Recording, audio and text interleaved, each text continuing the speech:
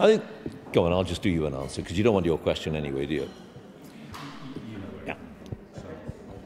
Are we rolling there? The thing about a day like this is it reminds you what kind of problems the NHS is facing. I mean, we all know the NHS is facing massive problems. It's had a huge amount of money spent on it over the last few years, more than ever in the history of the NHS. Some of the money has been well spent, some of it inevitably with an organisation of this size has not been. Productivity has not increased the way it should have done, and there are massive problems. And yes, the NHS is being ring-fenced, but that doesn't mean the same as saying it is going to have all the money it's going to need over the next 5 years or 10 years or 20 years.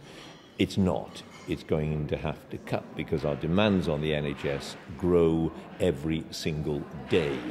And after another 5 years of this kind of growing demand, heaven knows where we're going to be with the NHS. So there are massive, massive problems. I suppose it's reassuring that everybody at this meeting today seem to be well aware of it. They have different views as to how you deal with a crisis, if crisis is the right word, such as we're facing.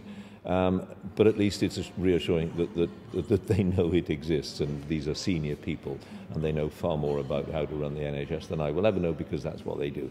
But there are incredible problems. We, the tax-paying public, demand an enormous amount, quite rightly, from the NHS. We don't always want to pay the huge bills that incurs because we like to keep our taxes low, and there is an irreconcilable difference there.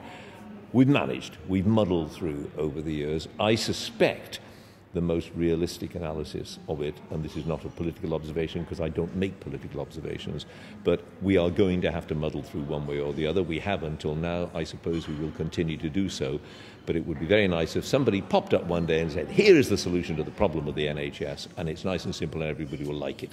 Sadly, that ain't going to happen. There you go.